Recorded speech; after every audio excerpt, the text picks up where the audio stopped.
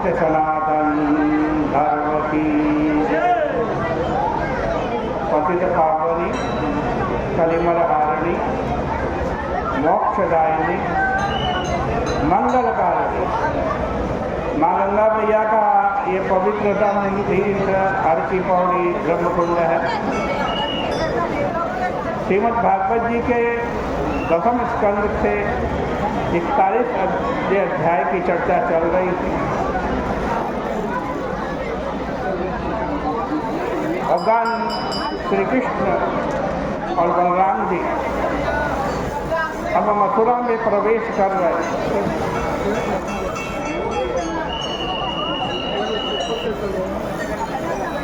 यहाँ पर मथुरा की समृद्धि का वर्णन है।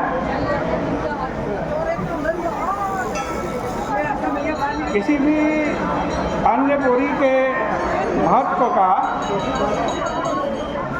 यहाँ तक कि किसी अंश में द्वारिकापुरी के महत्व का भी इतना सुंदर वर्णन नहीं है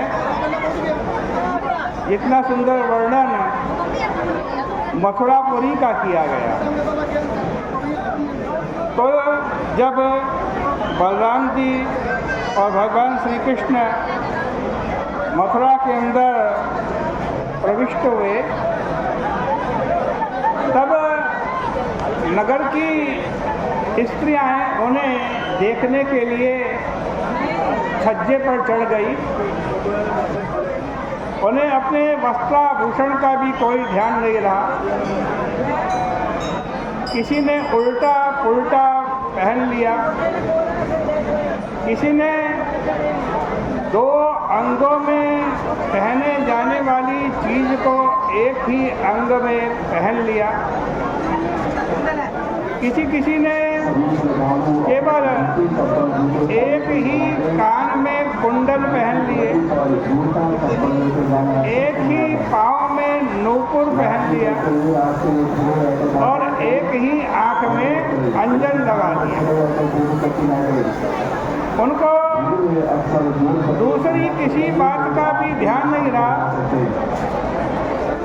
कोई खाते खाते, कोई बिना मुंह धोए और कोई सोते से ही उठ करके छत पर दौड़ गई। श्री कृष्ण को तो यही चाहिए था। मनांसी तासाम अरविंद लोचन, उनका तो अवतार ही भगवान का इसलिए हुआ है कि वो मन को लूट लिया। उन्होंने मथुरा वासियों के मन का ऐसा हरण किया कि आधी जनसंख्या तो उनकी तिरछी नजर से ही घायल होकर के उनके पक्ष में हो गई। अब जिसने भी भगवान श्री कृष्ण का दर्शन किया, उसने उनकी आनंद मूर्ति को रसात्मलब्धम आंखों के रास्ते से हृदय में उतार दिया। उनका मन ही मन में आलिंगन किया। उसके शरीर में रोमांच हो आया और उसका सारा दुख मिट गया। उनके आगमन पर मथुरा में फूलों की वर्षा हो रही है। नर नारियों के द्वारा दधि, अक्षत, उदपात्र से उनकी पूजा की जा रही है। और नगर के निवासी आपस में यह कह रहे हैं कि गोपियों ने ऐसी क्या तपस्या की जो रोज रोज इनको देखती है। और उसी समय भगवान के मन में भी आया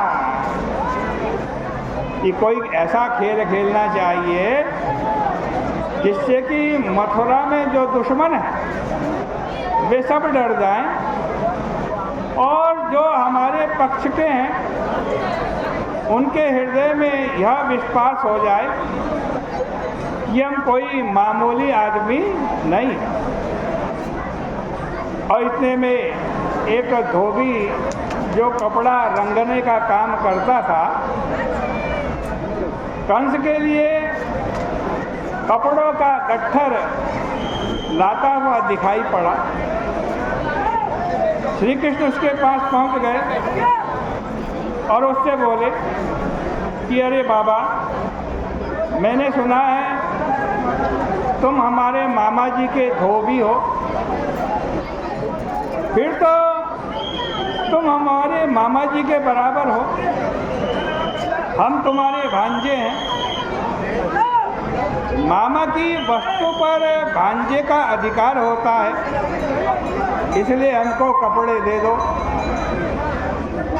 लेकिन कंस का धोबी बदान्ध हो रहा था, आक्षेप करते हुए बोला कि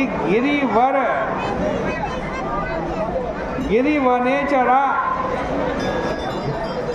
तुम गिरिचर हो, तुम वनेचर हो, पहाड़ में रहने वाले जंगली लोग हो। श्री कृष्ण ने कहा कि अच्छा, तुम जंगली और पहाड़ी लोगों को बुरा समझते हो, तो लो इसका फल भोगो। यह कहकर के उन्होंने उस धोबी को ऐसा चपत लगाया कि वहीं उसका सिर टूट करके गिर पड़ा।